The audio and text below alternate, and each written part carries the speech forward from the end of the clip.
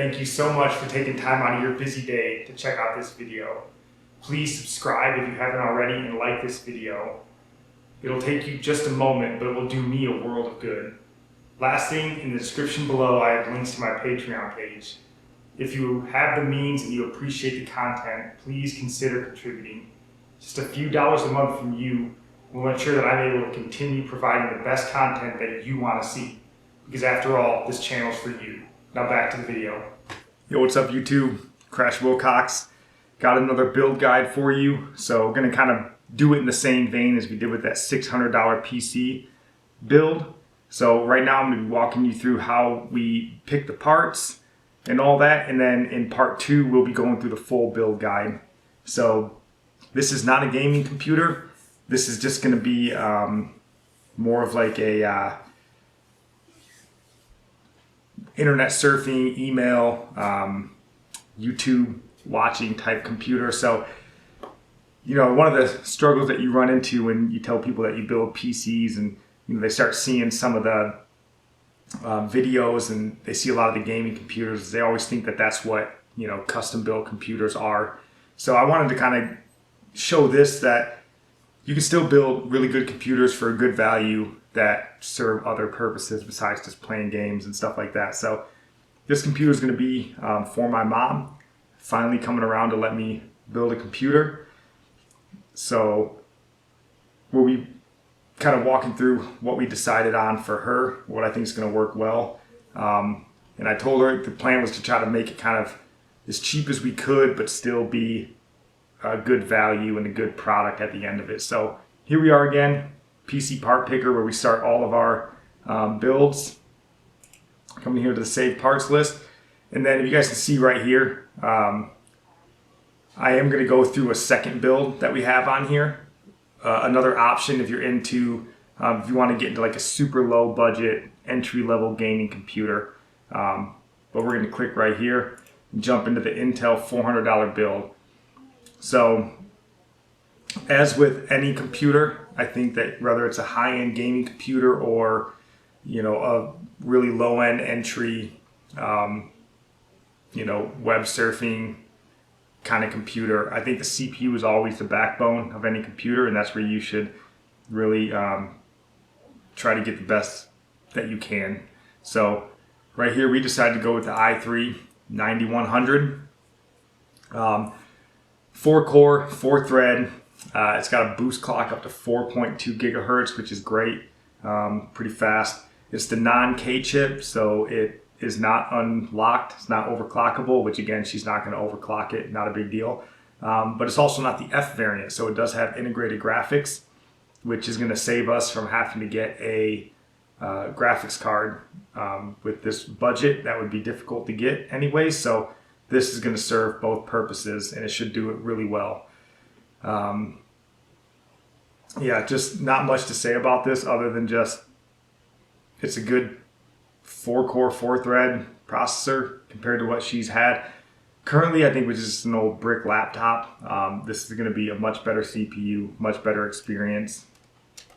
And then we're going to pair that with this Asus Prime B365M micro ATX board. Again, nothing fancy here, just a run-of-the-mill B365 motherboard. It does have a couple of M.2 slots, and this picture isn't great on here, but a couple of M.2 slots on here. We won't be utilizing that in this build, but it is there for upgradability down the road if she so chose to. But it also has a couple of USB 3.0s in the back, a couple of 2.0s, and HDMI cord, which is probably all she's going to be using with her 1080p monitor. So that should serve its purpose well. And then here we are going to be using one stick of 8 gigabytes of 3000 megahertz RAM. If this was a gaming computer, you'd probably want to go with 2 sticks, and 8 gigabytes is on the lower end, but again, for a web browsing, YouTube watching computer, it's perfectly fine. It's going to do all it needs to do. No issues there. And then here for the hard drive. So And when you see the gaming build, you'll see that I have different hard drives selected, but you know, she's like most folks in the older generation know, she's not terribly computer savvy. So I don't want her to have to be worrying about what's a boot drive, what's a, you know, a game drive, or what's a, you know, all these different, you know, drives that you can save stuff to. I just want one drive where she's going to dump everything. So for that, we're going to go with the P&Y CS900 500 gigabyte SSD. So she's going to have quick boot ups. Like I said, the old brick hard drive or brick laptop that she has, it's just a mechanical hard drive. You know, things terribly slow. So going from that to this is going to be a stark contrast. So she will notice it immediately, and that's going to be awesome. And 500 gigabytes for somebody that's just writing and, you know, storing documents and stuff like that, more than enough hard drive space. So no issues there.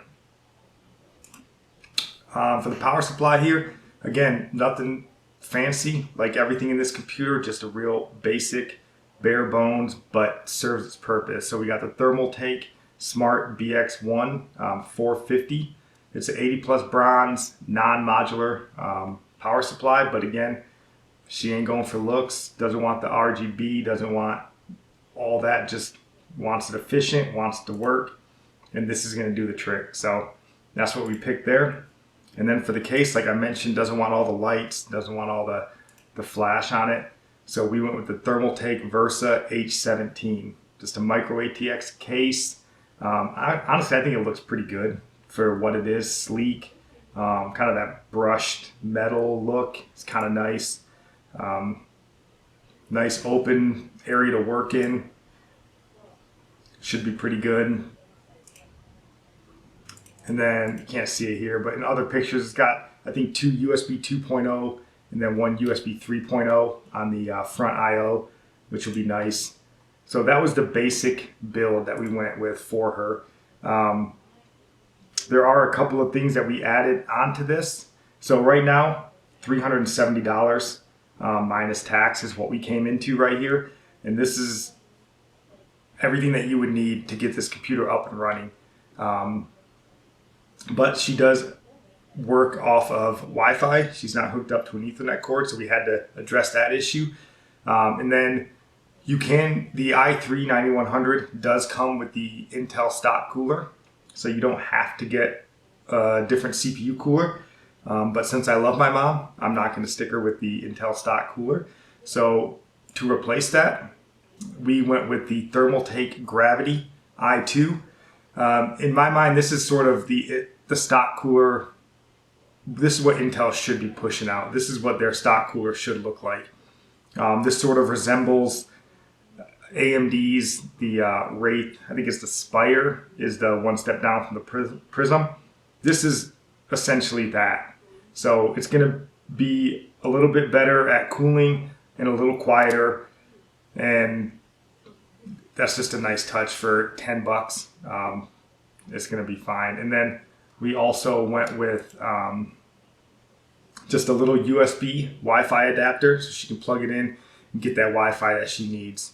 So that's the full build. It's going to be coming in just a hair over $400. For everything's brand new. You could get this cheaper with some used parts, but I don't want to get her used parts. I don't want to deal with that. Just all new parts. And this will probably be, honestly, probably the nicest computer she's ever used. So I'll be happy about that. And once the parts come in, like I said, we'll go through that full build guide. And then I'll probably even get some benchmarks, throw some, free-to-play games, just so you can see that it will actually handle some, gaming and stuff like that. But on the topic of gaming, I did build in here just another build if you had someone in mind for a young kid, real entry-level gaming computer. They wanted to play some, free-to-play esports games, League of Legends, Counter-Strike, something like that. So for the CPU here, we went with the Ryzen 3 1200. It's a 4-core, 4-thread processor, first-gen Ryzen. Made some sacrifices on that end, $59. And we made that sacrifice so we could get a graphics card.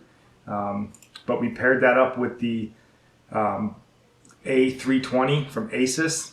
Again, just a straight bare bones motherboard. Nothing fancy here, but you're not getting anything fancy with the CPU. So no big deal there. They should work well together. But then, like I talked about for gaming, dual channel is better if you can get it. So we went with 2 sticks of 4 gigs. Same T-Force Vulcan RAM. Same 3000 megahertz, just 2 sticks of 4 instead of 1 stick of 8. So that's what we decided to go with there if you were building this. And then we went with a 128 gigabyte M.2 paired up with a 500 gigabyte mechanical hard drive.